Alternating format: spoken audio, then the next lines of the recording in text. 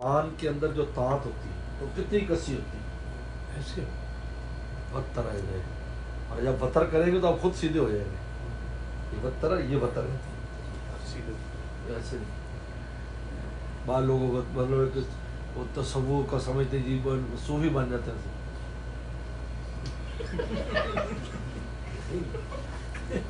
سیدھے دل کا یہ خضوع ہے، اور دل کا مولت متوجہ کرنے کا نام خشوع ہے. ادھر لے کے آؤ اس کو، ادھر ادھر سے اللہ تک لاؤ، کہاں جا رہا ہے، یہ خشوع. خضوع اور خشوع، خشوع دل متوجہ کرنا خشوع، اعضاء کو متوجہ کرنے کا نام خضوع. لوگ خشوع خضوع کی تعریف ہے بتنا آسان ہے. دل لاتے رہو، چلا جائے گا، پھر لے آؤ، پھر لے آؤ، پھر لے آؤ. کوئی تصور باندھنا نماز میں تصور بس یہی ہے کہ اللہ تعالیٰ کے سامنے اللہ ہمیں دیکھ رہا ہے، بس یہ بہت بڑا تصور ہے. اور یہی کرنا چاہیے کہ اللہ ہمیں دیکھ رہا ہے، دیکھ رہے ہیں اس اللہ ہمیں دیکھ رہے ہیں. لم تکن تراؤ فینو یا حدیث میں تم نہیں دیکھ سکتے تو اللہ تو تمہیں دیکھ رہے ہیں. تصور کرے جو تلاوت ہو رہی ہے، بلکہ جو آپ فریضہ ادا کر رہے ہیں اس کے بارے میں سوچیں، میں اس وقت رکوع میں ہوں، میں اس وقت سجدے میں ہوں. ہو جاتا ہے کرتے کرتے نصیب ہو جاتا ہے، مشق کرتا ہے. تو خضوع اور لیکن خضوع پر ہی خشوع ہے. اگر ظاہری نماز ہی صحیح نہیں ہے تو پھر خود میں نہیں آتا.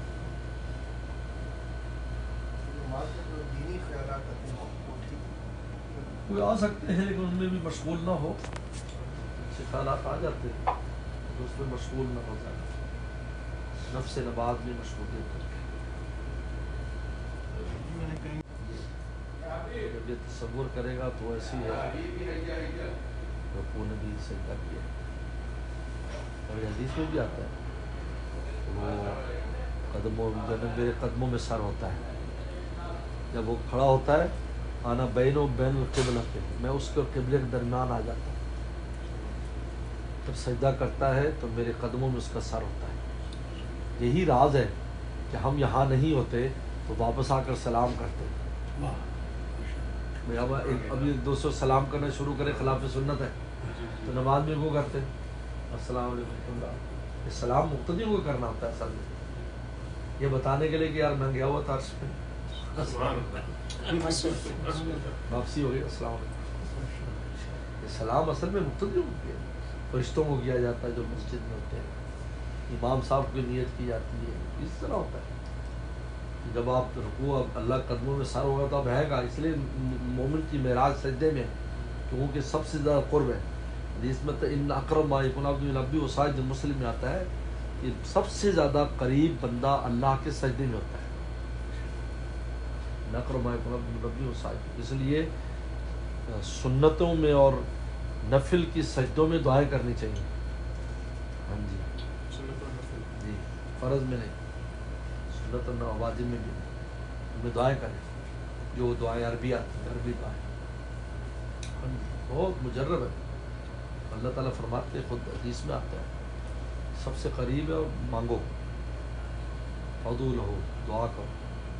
ہمارے استاد تھے مولانا ادریس صاحب میرٹھی رحمۃ اللہ علیہ، ہمیں شریف پڑھا. ان کا بہت معمول تھا، اتنا لمبا سجدہ ہوتا تھا، کبھی کبھی 10-15 منٹ کا سجدہ کر دیتے. ہمیں لگتا ہے پتہ نہیں دنیا میں ہے کہ کہیں نہیں چلے. گنگوئی رحمۃ اللہ کی آتا ہے کہ اتنا لمبا سجدہ کرتے تھے، ساتھی کہتے سے روح پرواز تو نہیں کر گئی، جو لوگ کہتے ہلا کے دیکھے. مجھے ایسی لذت آ رہی ہوتی ہے،